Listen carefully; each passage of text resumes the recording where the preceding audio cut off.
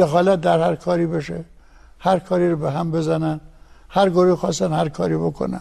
دخالت‌های خودسری که افراد در حریم خصوصی مردم میکنن، به مردم متعرض میشن، اینها باید جلوش گرفته بشه با مرکز. وقت است تا برگ سفر بر بار بندیم، دل بر عبور از سد خار و خاره بندیم.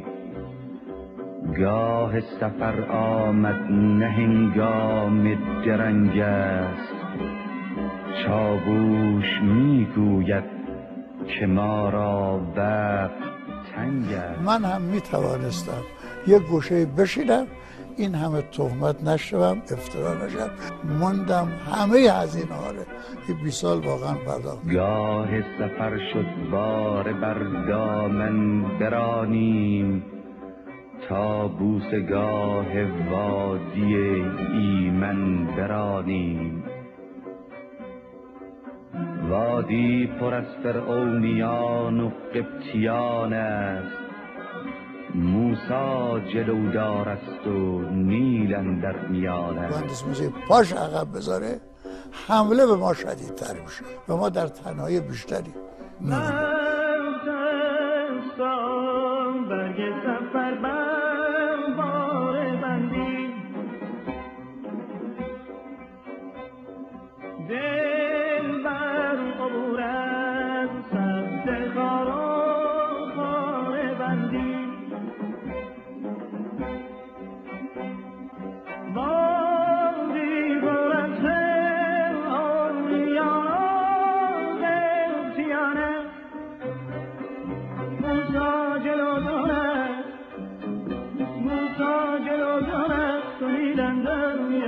آقای مهندس موسیقی عنایت کرد، منزل تش برده، فرمود دیروز که ما فلانجا بودم گفتن میمونی یا نه؟ من گفتم حالا که هستیم. گفتم مهندس نباید بگی حالا که هستیم، نه باید صفر بگید هستیم تا آخر هم میمونیم. از هر کران بانگ رحیل آید به گوشم، بانگ از جرس برخاست وای من خموشم. دریا دلان راه سفر در پیش دارند، پا در رکاب راهوار خویش دارند. گاه سفر آمد برادر گام بردار، چشم از هوس از خورد از آرام بردار. گاه سفر آمد برادر ره دراز است، پروا مکن بشتاب همت چاره ساز است. گاه سفر آمد برادر گام بردار،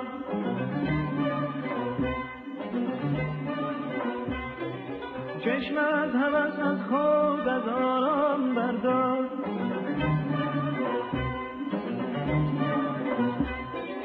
گاه سفر آمد برادر ره دراز است، پروا مکن بشتاب، پروا مکن بشتاب، پروا مکن بشتاب همت چاره ساز است.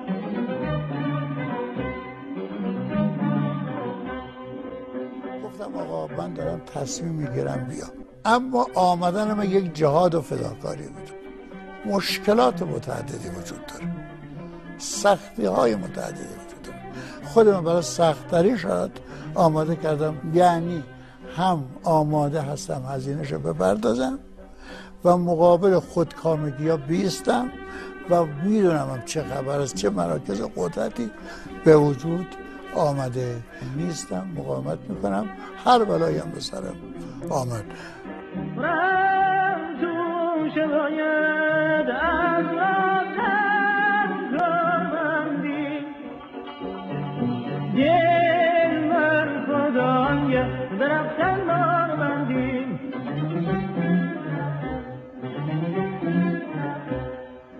باید خطر کردن، سفر کردن، رسیدن، ننگ است از میدان، میدان آرمیدن.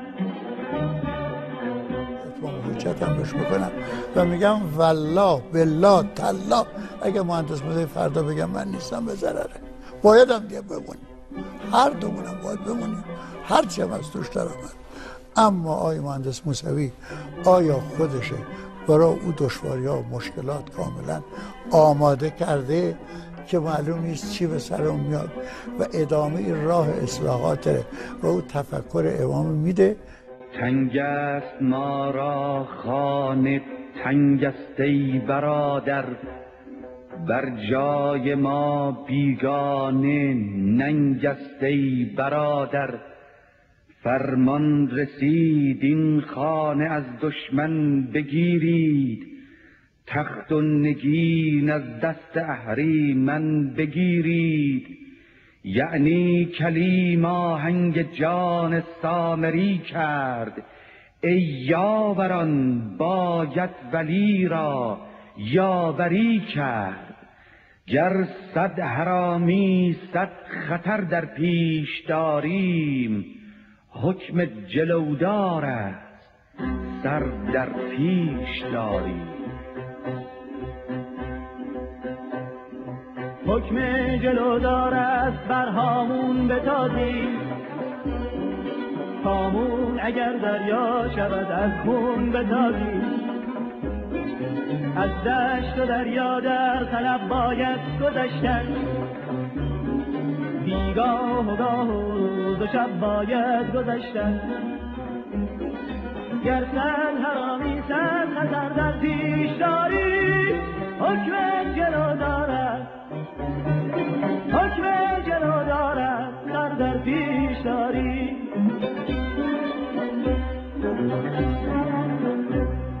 مقابل مشکلات چی میکنید؟ بنده همیشه صاف پوسکنده اینو بفرمایید.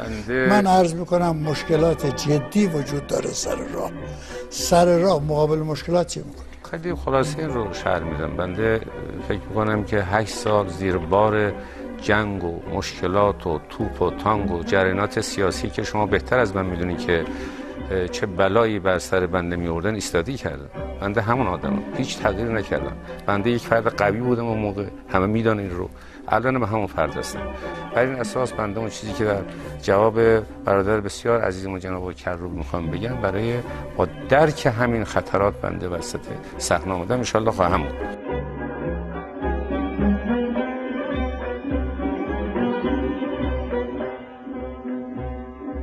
فرض است فرمان بردن از حکم جلودار، گر تیغ بارد گو ببارد نیست دشوار. جانان من برخیز و بشنو بانگ چاووش، آنک امام ما علم بگرفته بر دوش. تکبیر زن لبیک گو بنشین به رهوار، مقصد دیار قدس همپای جلودار. جانان من برخیز و بشنو بانگ چاووش،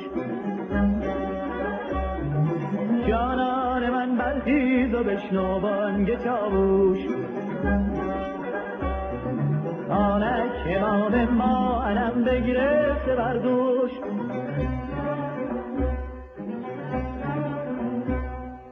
تکبیر زن لبیک گو بنشین به رهوار، مقصد سیاه قدس همپای جلودار. تکبیر زن لبیک گو بنشین به رهوار، مقصد سیاه قدس همپای جلودار، مقصد سیاه قدس همپای جلودار.